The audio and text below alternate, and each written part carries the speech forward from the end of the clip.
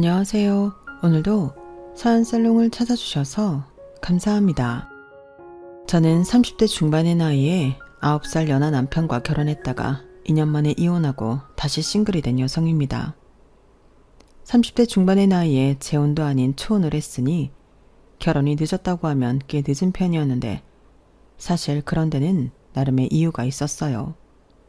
제가 20대에 청첩장까지 다 돌리고 파혼을 한 경험이 있거든요. 그것도 다른 문제 때문이 아닌 제가 변변한 학벌이 없고 저희 집이 가난하기 때문이었는데 그때는 참 너무 비참했어요.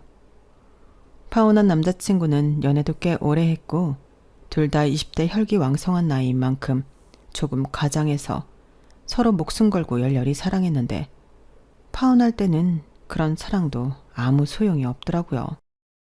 아니 오히려 믿었던 그 남자의 배신 때문에 상처만 더 깊었는데요. 그 남자 엄마는 사실 처음부터 내키지 않았는데 그래도 자기 아들 때문에 억지로 결혼을 시키려고 하다가 저 같은 애를 며느리로 들일 바에는 자기 아들 총각귀신 만드는 게 낫다고 그 남자의 어머니가 그러셨는데 저는 그럼에도 불구하고 무슨 자신감인지 당연히 남자친구는 제 편을 들어줄 거라고 믿었어요. 그런데 처음에는 제 편인 것처럼 우리 엄마가 왜 그러는지 정말 모르겠다. 자기야. 일단 나만 믿어. 나는 무슨 일이 있어도 자기랑 결혼할 거야.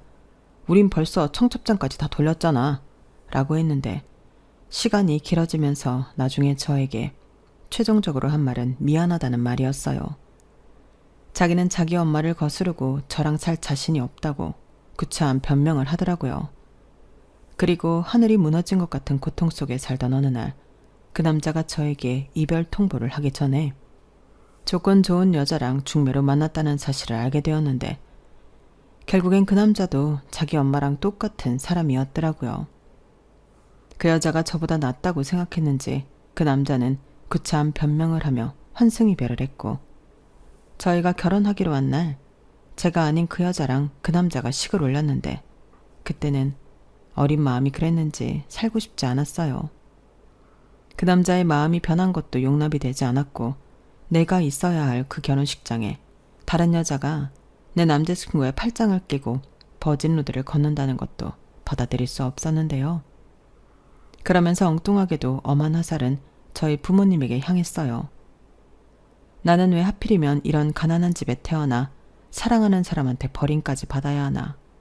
환경을 탓하고 부모님을 원망했는데 20대라고 몸은 성인이었지만 속은 덜 자란 아이가 그대로 있었죠. 그러니 저 때문에 저희 부모님도 많이 속상해하시고 상처도 받으셨을 텐데 그걸 모르지 않던 저는 앞으로 내 인생엔 결혼 따위는 생각도 하지 않으리라 다짐하며 그저 가난에서 벗어나고 싶어 발을 동동거리며 돈을 벌었어요. 100만 원을 벌면 10만 원 쓰고 구심하던 저금하던 게 바로 저였는데 제가 당시는 미용 보조 일을 하다 그제야 조금씩 손님을 받기 시작한 초보 디자이너였거든요. 디자이너는 월급제도 있지만 제가 일한 곳은 가게와 수익을 나누는 형식이었는데 지금은 많이 개선되었다고 하지만 저 때만 해도 디자이너라 함은 겉은 화려해 보여도 빈익빈 부익부가 상당했어요.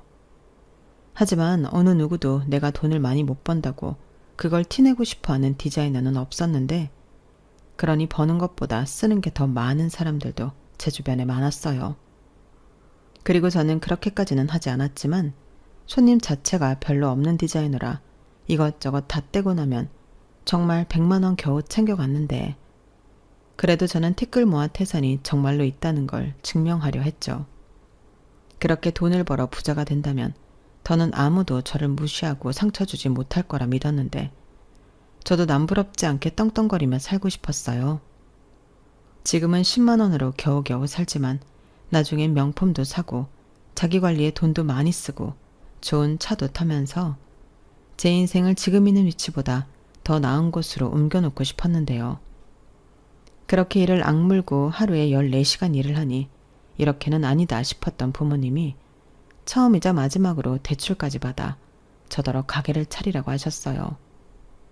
아마도 딸이 결혼 문턱까지 갔다 가난한 집 딸이라는 이유로 파혼을 당해 제가 돈에 더 집착하고 자기 인생도 못 살고 있다 겁을 먹으신 것 같았는데, 하지만 저도 염치가 있지 그 돈을 차마 덥석 받을 수는 없었어요. 이게 무슨 돈이야? 엄마 아빠가 무슨 돈이 있어서 이런 큰 돈을 주는 거야. 됐어, 내가 벌면 돼. 아니야, 이 돈으로 너 가게 내. 남 밑에서 일해서 언제 돈을 버니? 네가 그랬잖아. 네 손에 들어오는 돈이 너무 적다고. 그러니까 그러지 말고 이제 네 가게 해. 얼마를 벌어도 네가 고생한 건데 네가 다 가져야지. 그래도 괜찮아. 우리도 한 번은 자식 위해서 뭐라도 하고 싶어. 그래야 부모지. 엄마 아빠도 이 돈 넣어줘야 다리 뻗고 잘 수 있을 것 같아서 주는 거야. 정말? 그럼 정말 나 이 돈 받아도 되는 거야? 저는 순간 엄마 아빠의 마음이 고스란히 느껴져서 목이 메어 그 이후에는 아무 말도 하지 못했어요. 그리고 그 돈이 너무 소중해서 돈에 대한 집념이 더 많이 생겨났는데, 그래서 부모님이 주신 돈과 제가 그동안 모은 돈, 거기에 빚을 조금 내서 저는 처음으로 동네 미용실이긴 했어도 제 가게를 차렸어요. 물론 첫 술에 배가 부를 수는 없었기에 가져가는 거 하나 없이 대출금, 월세, 공과금 내기 급급했는데, 그래도 이 모든 시간이 자립을 하기 위한 시간이라고 생각하며 인내했던 저는 1년 뒤 조금씩 돈을 모을 수 있었어요. 그렇게 한 달에 한 번 쉴까 말까 하며 하루에 16시간씩 일을 하며 5년을 견디니 저는 드디어 제가 바라던 생활을 할 수 있게 되었는데요. 일단 5년이 지나고 저는 목도 좋고 규모도 넓혀서 가게를 이전했고 직원도 3명이나 두고 대표 원장이 되었죠. 그러자 몫이 좋은 탓인지 단골도 많아지고 여기저기서 실력 좋은 디자이너라고 소문도 나면서 그때부터는 어지간한 월급쟁이보다 제가 더 돈을 많이 벌었는데, 그래서 부모님에게 감사의 표시로 매달 2분께 각각 100만 원씩 용돈을 보내드렸어요. 부모님이 주신 종잣돈이 없었더라면 이런 생활은 꿈도 꾸지 못할 것을 너무나도 잘 알았기 때문에 꼭 보답을 해드리고 싶었는데, 그 뒤에는 워낙에 돈이 한이 맺혀서 그런지 이젠 그동안 고생한 저를 위해 돈을 쓰고 싶었죠. 그래서 내내 꿈만 꾸던 집을 강남 신축 오피스텔로 옮겼고, 월세이긴 하지만 그 정도는 유지할 수 있었는데요. 제 꿈은 거기서 멈추지 않았죠. 집을 바꾸니 차도 바꾸고 싶었거든요. 그것도 말로만 듣던 외제차도 리스로 뽑아 타기 시작했는데, 확실히 좋은 집에서 살고 좋은 차를 타고 다니니 삶의 만족도가 굉장히 높아지더군요. 그리고 이 생활을 계속 유지하고 싶었던 저는 나태해질 틈 없이 열심히 일을 해야만 했는데요. 그러니 제 주변에서는 저를 보고 아유, 저기 원장이 돈독이 잔뜩 올랐어. 시집갈 생각은 안 하고 그냥 돈 버는 재미로 산다니까? 이렇게 말하는 것도 듣게 되었죠. 하지만 딱히 부정할 수는 없는 말이라 뭐라고 반박도 못했는데 그 말이 진짜라서 오히려 놀랄 정도였어요. 그리고 그때는 몇 명 없던 친구들도 모두 시집을 가서 어떤 친구는 벌써 애까지 있었는데, 그렇다 보니 싱글인 제가 만날 친구도 거의 없다고 봐도 무방했어요. 그러니 나쁜 짓 하는 것도 아니고 내가 열심히 벌어 나한테 쓰며 행복한 삶을 사는 것을 삶의 이유이자 낙으로 생각하고 살게 되었는데요. 솔직히 지금도 그게 뭐가 나쁜가 그런 생각을 하고 있어요. 친구들이 전부 저를 부러워했는데 제가 남의 돈으로 호강하는 게 아니라 제가 열심히 번 돈으로 호강하는 거니 당당하지 않을 이유가 없었죠. 그러다 매일 늦게 퇴근해 반주를 하는 낙으로 살다 보니 살이 부쩍 찌게 되었고, 아무래도 미용 일을 하다 보니 보여지는 것도 무시할 수는 없었는데요. 그래서 더는 이렇게 방치하면 안 될 것 같아 운동을 하기로 결심했어요. 그리고 손님이 붐비는 시간대는 안 되고 평일 오전 시간에 운동을 하기로 했는데요. 처음에 무작정 헬스클럽 회원권을 끊어 무작정 운동을 하는데 살이 잘 빠지지 않더라고요. 그래서 고민 끝에 PT를 받기로 결심했고, 비용은 좀 들었지만 만족도를 위해 저는 제 자신에게 투자를 하기로 했어요. 그리고 딱 봐도 저보다 한참은 어려 보이는 트레이너의 지도를 받으며 운동을 시작했는데 신기할 정도로 효과가 있어서 놀랐다니까요. 그 후로 재미가 붙어서 저는 매일 운동을 갔고, 트레이너와 매일 만나다 보니 누나 동생 하면서 편하게 지냈는데 어려서 그런지 그 트레이너는 정말 남동생 같고 편하더라고요. 그리고 그러던 어느 날 대뜸 이 동생이 저한테 좋아한다고 고백을 했는데 그때는 너무 의외라 깜짝 놀랐어요. 그러자 제 놀란 얼굴을 보고 그 남자는 자기는 진심이라고 저한테 진지하게 결혼을 전제로 만나보자고 했는데요. 평소 같으면 됐다고 바로 거절을 했을 저였는데 그날은 그러지 못했어요. 마치 심장이 밖으로 튀어나올 것만 같이 심장이 빨리 뛰었는데 저는 정말이지 그 남자가 저를 좋아하고 있을 거라고는 상상도 해보지 못했어요.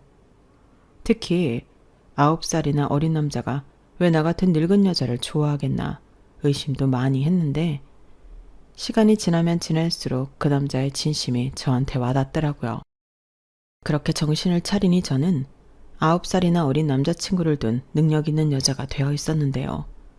지금 생각해도 낯이 너무 뜨겁네요. 그 사랑 따위가 뭐라고 나이도 적지 않은 여자가 남자 앞에서 표정 관리도 못하며 빠졌는지 저는 또다시 그렇게 사랑이라는 감정 때문에 행복하면서도 멍청해졌어요.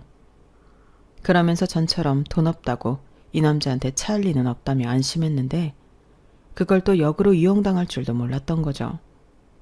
저는 그만큼 시간이 가면 갈수록 오랜만에 하는 연애에 푹 빠졌어요.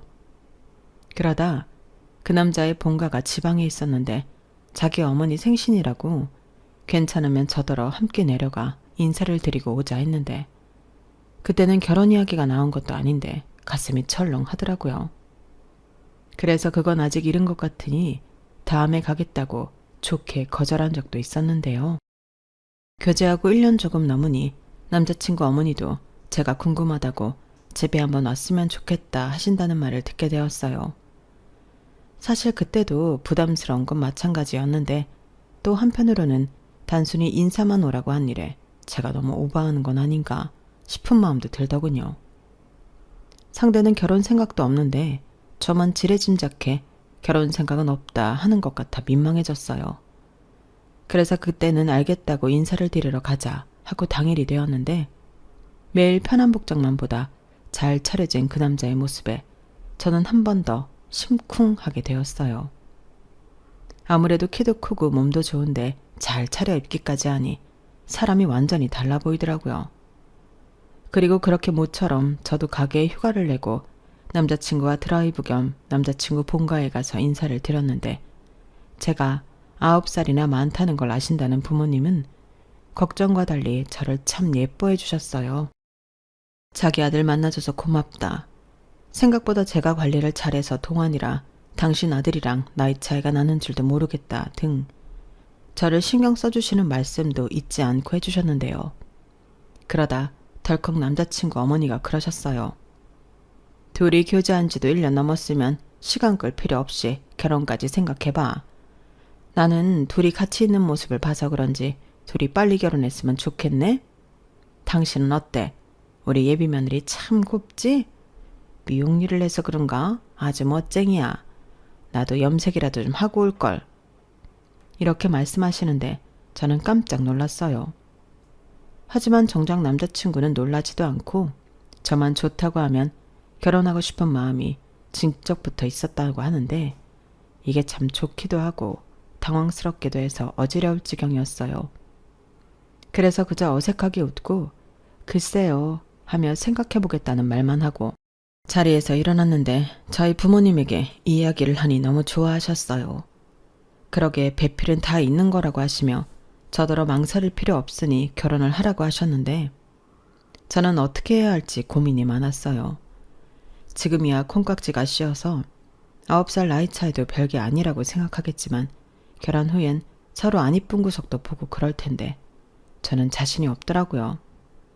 하지만 이젠 다 글렀다 생각했던 딸이 결혼할 수도 있다는 희망에 부모님은 너무 좋아하셨고 당신들도 제 어린 남자친구를 한번 보고 싶다며 집에 초대하셨는데 남자친구가 이 말을 듣고 너무 가고 싶다고 어린아이처럼 방방 뛰었어요. 그래서 우리 부모님 보여주는 거야 상관없겠지 싶은 마음에 저는 남자친구를 데리고 집에 갔는데요. 저희 부모님이 그렇게 활짝 웃는 모습을 그날 처음 봤어요. 그때 왜 그리 마음이 심란하던지. 저는 다 잊고 돈 버느라 정신없이 살았는데 우리 부모님은 내 파온 후 딸이 이대로 혼자 늙어 죽을지도 모른다는 걱정 속에 살았구나. 몰랐던 부모님의 마음을 알게 되었어요. 그때는 저도 마음이 많이 속상했어요. 결혼 그게 뭐라고. 그런 마음이 들면서 할 수 있으면 할까 하는 생각을 하게 되었는데 그때까지 남자친구와 만나면서 저는 저에게 전적으로 맞춰주는 남자친구를 높게 평가하고 있었어요. 나이는 어리지만 누구보다 배려심 깊고 말도 예쁘게 하는 남자친구가 귀여운 구석도 많지만 저보다 더 어른스러운 구석도 많다 생각했는데 그런 남편을 갖는 것도 꽤 행복할 것 같았어요. 생각을 바꾸니 마음도 따라 그렇게 변하더라고요. 그리하여 저희는 양가에 인사도 드렸겠다. 결혼을 긍정적으로 생각하게 되었고 남자친구는 자기가 준비한 프로포즈 반지라며 저에게 이벤트도 해주었는데 살면서 이런 날이 나한테도 일어날 수 있구나. 그날은 나이랑 상관없이 감동을 받아 펑펑 울었어요. 그리고 남자친구가 끼워준 반지를 보며 나도 날 버리고 다른 여자랑 결혼한 그놈 못지않게 사랑받고 단란한 가정을 꾸려보겠다 하는 각오를 하게 되었는데요. 결혼 준비는 두 번째였지만 역시나 쉽지 않았어요. 오히려 그때랑은 뭐가 이리도 많이 변했는지 더 복잡하고 돈도 더 많이 드는 것 같았는데 그래도 그때까지는 제법 많이 벌고 있었기 때문에 그 정도는 기꺼운 마음으로 부담할 수 있었어요. 하지만 그렇다고 아주 아무런 문제가 없던 건 아니었는데 예상은 했지만 남자친구가 나이도 그렇고 사회 경험이 별로 없어서 모아놓은 돈이 많이 없더라고요. 거기에 남자친구는 제가 살고 있는 오피스텔과 차가 제 소유의 것으로 알고 있었어요. 그래서 결혼하면 단순하게 자기가 몸만 들어오면 될 줄 알았던 남자친구였는데요. 오히려 제가 집이 월세고 차가 리스라는 말을 하자 몰랐다며 깜짝 놀랐어요. 하긴 제가 연애하면서 굳이 이야기할 필요가 없으니 말을 하지 않았는데 제가 하고 다니는 것도 그렇고 PT를 평일에 받고 있었으니 제가 자기 생각에는 나이도 있고 부를 많이 축적해 놓은 골드미스로 알고 있었던 것 같았어요. 뭐 그렇게 봐줬다면 고맙긴 한데 문제는 이 남자가 혹시라도 제가 돈이 많아 보여 좋았나? 이런 생각을 하니 머릿속이 복잡해지더라고요. 그러니 제 표정에서 그런 불안한 마음을 읽었는지 남자친구는 저에게 이렇게 말했는데요. 자기야, 자기가 무슨 생각을 하는지 알 수는 없지만 이건 알아줬으면 좋겠어. 내가 자기 돈 보고 만나는 거 아니다. 나 그렇게 막 나가는 놈 아니야. 물론 나는 자기가 돈도 많고 자기 관리도 잘하고 그런 모습이 멋있고 동경했으니까 좋아한 건 맞는데 그것 때문에 접근했다거나 그렇게 생각은 하지 않았으면 좋겠어. 그래도 자기 내가 월세 살고 있고 차도 리스라고 해서 실망한 건 맞잖아. 그거야 실망이 아니라 몰랐으니까. 그리고 그것도 내 잘못이지. 물어보지도 않고 당연히 자기 거일 거라고 생각했으니까. 그런데 지금은 아니야. 자기가 벌어서 자기가 쓰는 거고 어떻게 쓸지는 자기 자유잖아.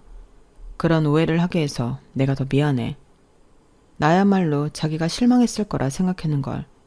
그래서 혹시라도 하는 생각에 자기를 오해했어. 아니야. 나라도 그런 생각하지. 그렇게 따지면 뭐 나는 실망할 자격이 있나? 자기에 비해 모은 돈도 없는데 우리 서로 마음 풀고 결혼해서 행복하게 살 생각만 하자. 내가 우리 자기 많이 행복하게 해줄게. 맹세해. 그때 빌어먹을 그 맹세를 믿지 말았어야 했는데 저는 남편의 말에 홀랑 넘어갔어요. 그리고 저는 제가 모은 돈과 오피스텔 보증금을 빼고 1억 4천 정도 해서 경기도권 신축 아파트 전세에 들어가게 되었는데 남자친구는 자기가 모았다는 돈 1,000만 원과 집에서 해줬다는 2천만 원, 그렇게 3천만 원을 가지고 혼수를 하기로 했어요. 당연히 전세 계약자는 제 앞으로 보증금은 제 명이었는데요. 확실히 서울에 살다 경기도권으로 나가니 출퇴근이 상당히 어렵긴 하더군요. 하지만 어쩌겠어요. 상황에 맞춰 살아야죠. 그리고 저 못지않게 남자친구, 아니 남편도 출퇴근에 어려운 점이 있었는데 지하철을 타고 다니다 안 되겠는지 저랑 같이 출퇴근 시간을 맞춰 같이 다니게 되었어요. 가끔 너무 힘들 때는 남편이 운전을 하기도 했는데 그럴 때는 좀 편하더라고요. 그렇게 저희는 결혼 생활도 나름 무탈하게 잘 하면서 신혼 생활도 재미있게 했는데 그쯤 사회 분위기가 심상치 않더니 얼마 지나지 않아 코로나가 확산되기 시작했어요. 가게 운영을 하며 처음 겪는 일의 연속이었는데 그동안은 그래도 꾸준히 있던 단골 손님들 발길까지 끊겨 운영에 큰 타격을 입게 되었죠. 그래도 저는 문을 닫을 정도는 아니었는데 남편의 헬스장은 달랐어요. 일단 주인이 남편이 아니었고 그 관장이라는 사람이 빚도 꽤 있었는지 유지하기 힘들다며 헬스장 문을 닫게 되었는데 줄지에 남편이 백수가 되었어요. 게다가 시국이 시국이라 할 줄 아는 게 트레이닝밖에 없는 남편은 재취업도 쉽지 않았는데 결국엔 막노동과 대리운전 같은 걸 간간히 했지만 그마저도 벌이가 일정하지 않더니 집에 있는 꼴이 돼버렸어요. 그리고 그 생활이 생각보다 편했는지 남편은 나 당분간은 이렇게 집에서 자기 대신 살림할까? 우리 아직 애기 계획도 없고 큰돈 들어갈 일 없으니까 나 하나 집에 있어도 괜찮을 것 같은데 대신 내가 자기 집에 오면 손 하나 까딱하지 않고 편하게 쉴 수 있게 할게 라고 전업주부가 되겠다는 헛소리를 하기 시작했는데 저는 싫다고 했어요. 자기야, 일단 상황이 나쁘다는 건 알겠어. 그래도 자기 나이도 젊고 이대로 집에서 살림만 하기엔 아깝지. 그러지 말고 쉬엄쉬엄 일 찾아봐. 저는 일부러 남편이 기분 나빠할까 최대한 조심하며 말을 했는데 이것도 지금 생각하면 너무 웃긴 것 같아요. 눈치는 제가 아니라 백수인 그놈이 봐야 하는데 제가 백수 남편 기분 상할까 신경을 쓰고 있었으니까요. 아무튼 그때는 그렇게 이야기가 일단락 되었고 저는 옆에서 쪼지는 않았어도 남편이 하루빨리 재취업에 성공하길 바랬는데 어째 남편에게서는 취업을 하겠다는 의지가 전혀 보이지 않더군요. 게다가 살림은커녕 집에서 게임만 하는 남편의 모습이었는데 제가 늦은 시간 퇴근하고 집에 들어가면 남편은 설거지도 하지 않아 싱크대에 라면 먹은 것이며 이것저것 설거지거리가 한가득 쌓여 있었어요. 그리고 트레이너로 몸 관리에 신경 쓰던 모습은 어디로 가고 배만 볼록 나오는 등 한심하기 짝이 없었는데 내가 남편을 데리고 사는 건지 큰아들을 데리고 사는 건지 분간이 안 되더라고요.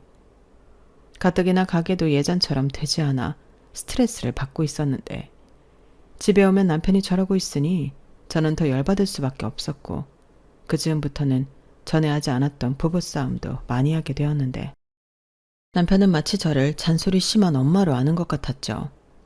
그렇게 조금씩 삑다선을 타기 시작한 남편은 심지어 저에게 장을 봐놓고 가라, 배고프니 배달을 시켜줘라 등등 요구사항이 많아졌는데 제가 자꾸 그런 요구사항을 들어주면 일자리를 더 찾지 않게 될까 싶어 저는 남편의 요구사항을 들어주지 않았어요. 그러자 이 어린 놈의 남편이 자기 집에 전화해 엄마 나 10만 원만 나 반찬 좀 보내줘 이런 정신나간 말을 한 것 같았고 시어머님은 자기 아들이 직장에서 잘려 실업자 신세라는 걸 알고 계셨지만 그런 아들이 안쓰럽다며 저더러 신경을 더 써줘라 하셨는데 황당했죠. 자고로 남자는 집에서 길을 펴고 살아야 나가서도 길을 펴고 하는 일마다 잘 된다. 내 아들 집에서 논다고 구박하지 마. 그럼 못 쓴다. 그리고 우리 아들 쉬는 김에 집에 갔다 왔다 편하게 하게 네가 타는 차도 좀 주고. 너는 지하철 타고 다니면 되잖아. 요즘 손님도 가게에 별로 없다며. 그럼 쉬엄쉬엄 대중교통 타도 되겠네. 이렇게 말씀하셨는데 순간 내가 무슨 말을 들은 건가. 저는 제 귀를 의심했어요.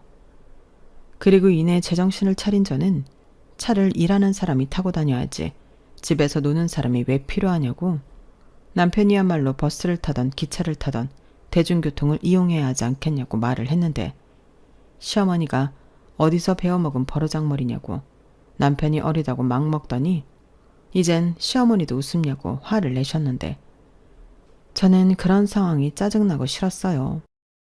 일단 남편부터가 정신을 못 차리니 이런 문제가 계속된다는 생각을 지울 수가 없었는데, 그러다 또 뭔 수로 알았는지 제가 친정에 돈을 보내드리고 있다는 사실에 남편이 혼자 뒤집어졌어요. 그때 당시는 시국 탓에 수입이 들어 친정에 50만 원씩 100만 원을 매달 보내드리고 있었는데, 제 통장을 뒤진 건지 제 아이디로 인터넷 조회를 해본 건지 왜 시댁이랑 친정을 차별하냐고 아주 입에 개거품을 물더라고요. 그러면서 자기 집에도 똑같이 100만 원을 매달 입금하라고 저에게 명령까지 했는데, 저도 그때 이성의 끈이 뚝 하고 끊어졌어요. 내가 번 돈으로 우리 부모 용돈 챙겨드리는데 네가 뭔 참견을 하냐.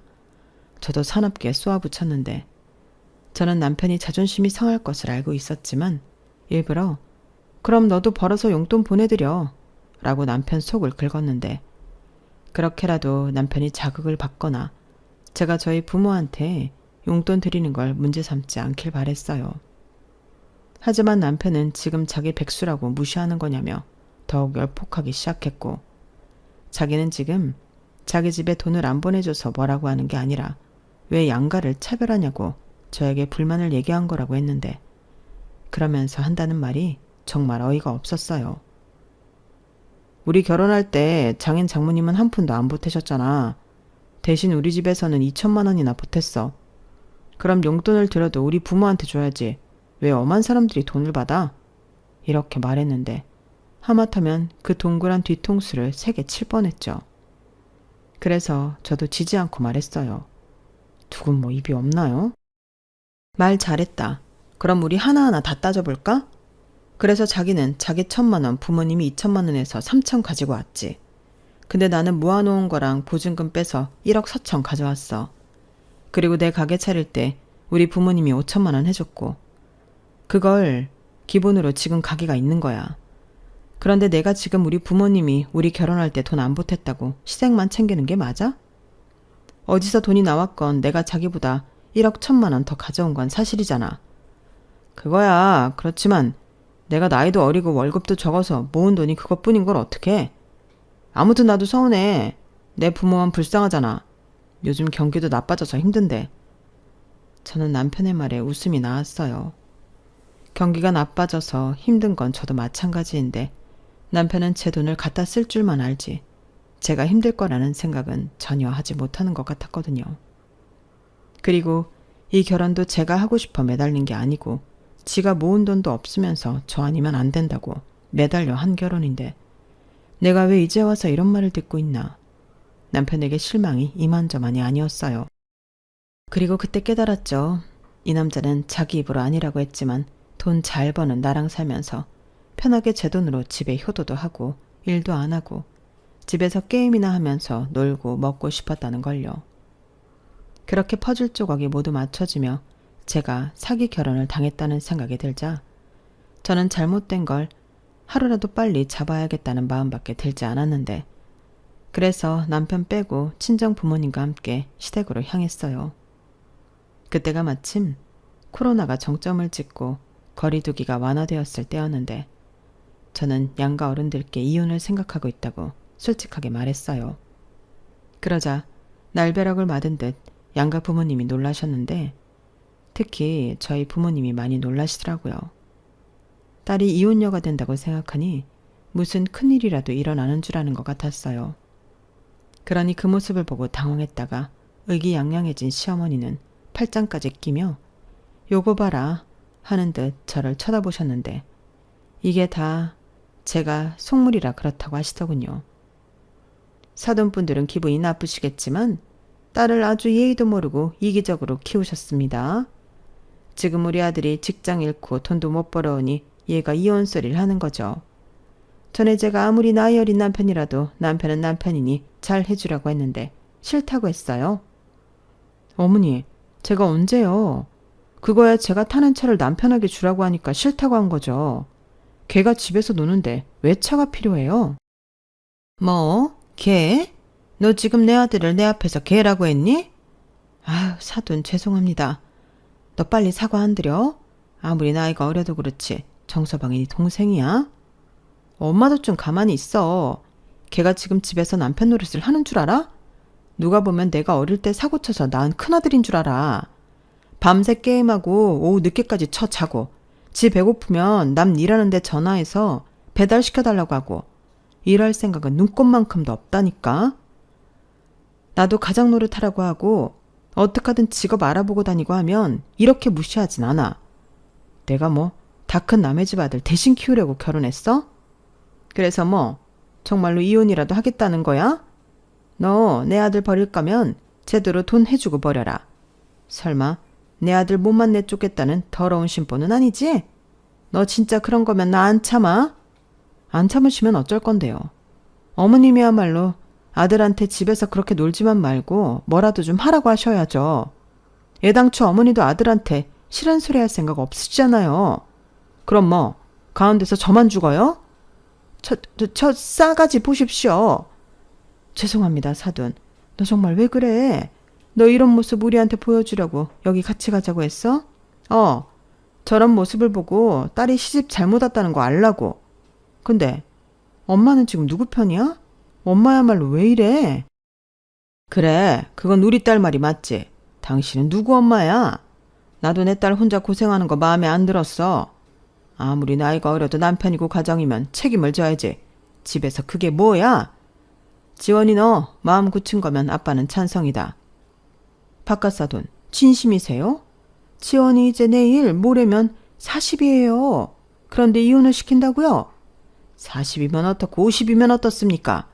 제 눈에는 아직 젊고 어린애예요. 내 딸이 뭐가 하셔? 댁에 아들을 건사합니까? 사돈도 아들 그렇게 키우지 마십시오. 어머, 기가 막혀. 지금 아들 가진 부모한테 큰소리 치시는 거예요? 딸이 싸가지 없는 건 다 이유가 있었네. 나는 나이가 많으니까 이해심이라도 많을 줄 알고 결혼시켰더니 돈도 쥐뿔 별로 없고 속도 좁네. 뭐라고요? 그날 제 잘못인지 모르겠지만 양가 부모님 사이에는 불꽃이 튀겼어요. 그리고 저는 처음으로 저희 엄마에게 실망해 서운한 마음이 생겼고 그렇게 상황은 별로였지만 제 의사는 제대로 전달하고 올 수 있었는데요. 그 사이 시어머니가 남편에게 이 사실을 모두 이야기하셨더군요. 뭐 예상은 한 일이었어요. 그런데 무슨 생각을 하고 있는 건지 남편은 그날 집에 들어오지 않았고 다음날 사족 보행을 하며 술이 떡이 되어 집에 들어왔는데 그때는 집단에 이혼 소리가 나오니 심란해서 저러나 싶었죠.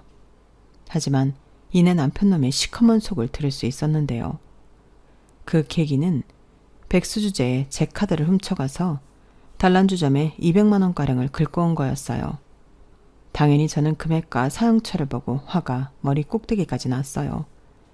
그래서 카드를 뺏고 따져 물으니 자기가 한턱을 냈다고 짜증나는 말만 골라 했는데 자기가 그렇게라도 해야 체면이 서는 걸 어쩌냐고 도리어 화를 내는 거 있죠.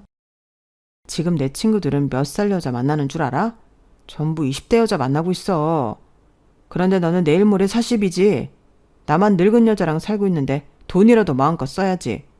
내 친구들은 내가 왜 늙은 여자랑 결혼했냐고 동정하고 지랄인데 내가 그랬어. 우리 마누라는 이렇게 카드 준다고. 얼마를 쓰던 뭐라고 하지 않는다고.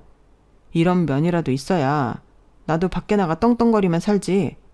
이런 개소리를 하는데 그러면서 마지막 말에 저는 그놈을 있는 힘껏 두들겨 패줬어요. 늙은 마누라 데리고 살아주는 걸 고맙게 생각해. 나 일하고 싶은 마음 따위 없어. 내가 왜 일을 해? 돈 벌어오는 기계 마누라가 있는데. 나는 평생 자기가 벌어오는 돈으로 놀고 먹고 즐기고 살 거야. 9살이나 어린 영계랑 사는데 그 정도는 감당해야 하는 거 아니야? 저는 저딴 말을 듣고 돌지 않을 자신이 없었어요. 그래서 있는 힘껏 그놈을 두들겨 패면서 더는 이렇게 못 산다고 이혼하자고 소리소리를 질렀는데 결국 이웃의 신고로 경찰이 출동했죠. 그리고 전후 상황을 다 들은 경찰은 일단 둘이 분리시키는 것이 좋을 것 같다며 남편을 데리고 나갔고 남편은 왜 자기가 나가냐고 저를 끌고 나가라고 했는데 경찰분들도 혀를 내둘렀어요. 그리고 한 경찰분이 아무리 화가 나도 폭력은 범죄라고 남편이 저를 신고하면 저도 억울한 일이 생긴다 말씀하셨는데 그렇게 그 일은 마무리가 되었어요. 하지만 제 이혼에 대한 결심은 더욱 견고해졌는데 술에서 깬 남편도 지 잘못은 알고는 있는 건지 저에게 순순하게 이혼을 해주겠다고 했죠. 듣던 중 반가운 소리였어요. 그런데 이혼을 해주는 대신 조건이 있다며 저에게 아파트 보증금 절반을 달라고 요구하는 남편이었는데 저는 당연히 들어줄 마음 따위는 없었어요. 사기 결혼당한 것도 억울한데 제가 왜 피 같은 제 돈을 그놈에게 주겠어요. 더욱이 그 돈은 제가 결혼 전 제 힘으로 모은 제 재산이라는 증거가 있어 남편이 임의대로 뺏어갈 수도 없는 돈이었는데 차도 마찬가지였죠. 리스였기 때문에 굳이 따지자면 제 것이 아니었으니까요. 그렇게 남편은 저한테 가져갈 수 있는 돈이 없었는데 그 사실을 제가 말하니 약올라 미쳐하는 모습을 보이더군요. 그러고는 태세 전환을 하기로 했는지 이딴 말을 하기 시작했는데 그땐 제가 약이 올라 미칠 것 같았어요. 그럼 그냥 이렇게 살아. 나도 뭐 돈도 못 받을 거면 나 대신 돈 버는 사람 옆에 두는 게 당연히 좋지. 뚫린 입이라고 말 함부로 하지 마. 내가 왜 너 대신 돈을 벌어? 사지육신 멀쩡한데 그 나이에 그 체력에 집에서 놀고 먹겠다고? 사지육신 멀쩡한 게 뭐? 내가 일하기 싫다고 하잖아. 그럼 어린 남편이 밖에 나가 돈까지 벌면서 늙은 마누라 건사할 줄 알았어? 굶게 해. 내가 그럴 마음이었으면 너랑 왜 결혼을 하냐? 나도 내 인생 걸고 한 결혼이야. 정말 기가 막혀서 말이 안 나온다. 그러니까 그 말은 네 인생 걸고 편히 데리고 살아줄 여자를 찾았다는 거야? 그런 마음이었으면 한 40, 50살 차이 나는 할머니를 만나지 그랬어. 그럼 오늘 내일 하다 유산도 남겨주고 그럴 텐데 9살이면 너무 적은 나이 차이 아니야? 그래도 내가 체면이랑 가오가 있지. 어떻게 우리 엄마보다 늙은 할머니를 만나 장가를 가냐? 무튼 돈 주는 거 아니면 나는 이혼할 생각 없으니까 포기해. 포기는 개뿔. 그리고 고맙다. 나 지금 네가 한 말 다 녹음했거든. 나 이걸로 소송할 거야. 네가 그렇게 나오면 내가 이혼 못할 줄 알았니? 넌 나이만 어린 게 아니고 지능도 어린가 보다. 기다려. 곧 니네 집으로 이혼 소장 갈 거니까. 그리고 내 집에서는 하루빨리 꺼져줄래? 참고로 집 비밀번호는 진작에 바꿨다. 저는 자리에서 일어나며 남편에게 말했어요. 그때 남편의 얼굴 표정은 자기 뜻대로 되지 않아 꼬라지가 난 어린애 같았는데 그제야 콩깍지가 벗겨졌는지 그 꼬라지가 참 추악스럽게 보이더군요. 그리고 저는 최대한 빨리 이혼 소송을 진행해줄 변호사 사무실을 찾았고 이혼 소장을 송달받은 남편과 시부모님은 저한테서 한 푼이라도 더 뺏어오려 준비를 하는 것 같았는데요. 결론적으로는 자기네들이 불리할 것 같으니 합의 이혼하자고 먼저 연락이 왔어요. 그러면서 자기들이 처음 들고 장가를 간 건 3천만 원 돌려달라고 하는데 결혼이 무슨 물건도 아니고 저한테 환불을 해달라니 어이가 없었어요. 그래서 네가 해온 혼수 그거 다 들고 가라고 배송비는 제가 부담하겠다고 했는데요.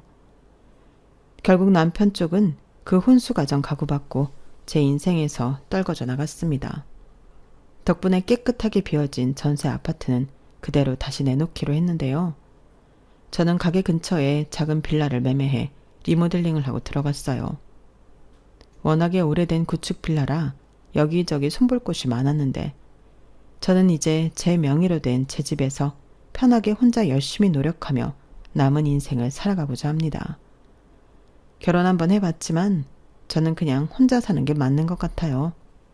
제가 열심히 벌어서 저한테 쓰는 게 더 행복하더라고요.